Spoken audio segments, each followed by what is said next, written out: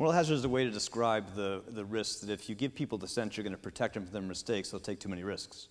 So at the center of finance is this basic dilemma, which is that if there's this expectation that the government will step in and protect creditors or investors or depositors, that they will be less discerning in the risks they take, institutions they support. And so the hazard in that expectation of protection is the risk that it creates the seeds of future crises. So this challenge about moral hazards is the center of the design of financial systems. It's at the center of part of what makes financial systems vulnerable to collapse. And the typical instinct, understandable human instinct and desirable instinct really of policymakers, economists, central bankers in a typical financial mess is to let the fire burn. Mm-hmm. Because the fire is judged as not just, because it's penalizing the arsonist, but it has this desirable benefit of inducing some more caution in the future. And that instinct, which is so human understandable and so intuitive, is the right instinct probably, and probably the right strategy in lots of financial events. You know, in the typical, you have a mild recession or a large institution makes a terrible mistake out of venality or incompetence. You'd like them to fail. You'd like the people that finance that to take all those losses. That's the just, desirable thing, not just the intuitive thing. You called it Old Testament justice. As a simple, vivid way of saying it.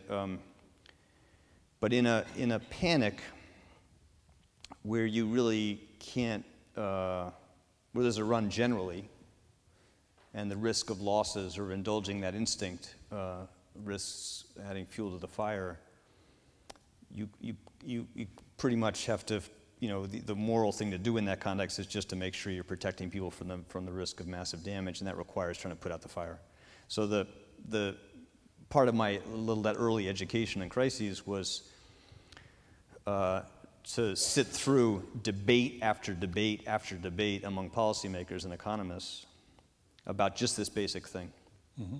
You know, in a crude way, maybe we should let Mexico burn because that would be less likely that investors around the world would go finance a huge investment boom in Asia. Mm-hmm. Not to overdo it, but it's sort of an interesting moral choice in that. But if you don't rescue them, then there's a possibility that the panic will spread and a lot of people get hurt. Exactly, and you know, it's not like a theoretical thing. You know, we ran a national experiment in this instinct in the fall of '08. Mm-hmm.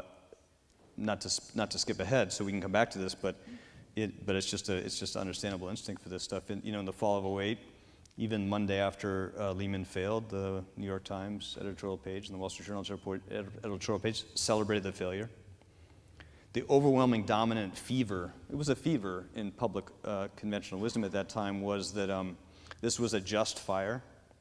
The losses it was imposing on the system, the financial were just and welcome, and would have no effect on us, no effect on the average person. Just a deep confusion of belief about how these things affect things.